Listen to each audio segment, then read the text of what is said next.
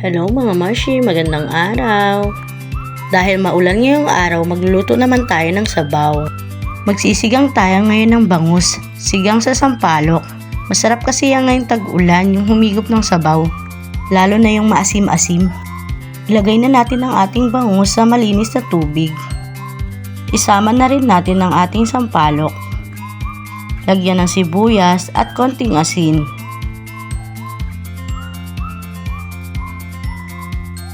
Takpan lang natin yan at hayaan hanggang sa kumulo. At pag ganyan kumukulo na, ilagay na natin ang ating gulay. Kangkong at okrang gulay lang ang may lalagay ko kasi ayan lang naman ang available dito sa bahay.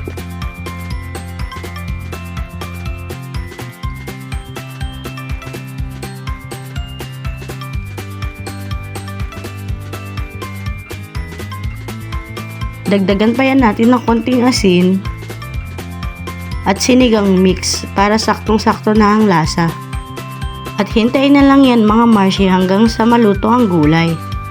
Masarap yan ngayong umuulan, lalo na yung tiyan ng bangus. Paborito nyo rin ba yung tiyan ng bangus? Kasi ako, ayan lang talaga yung kinakain ko sa bangus.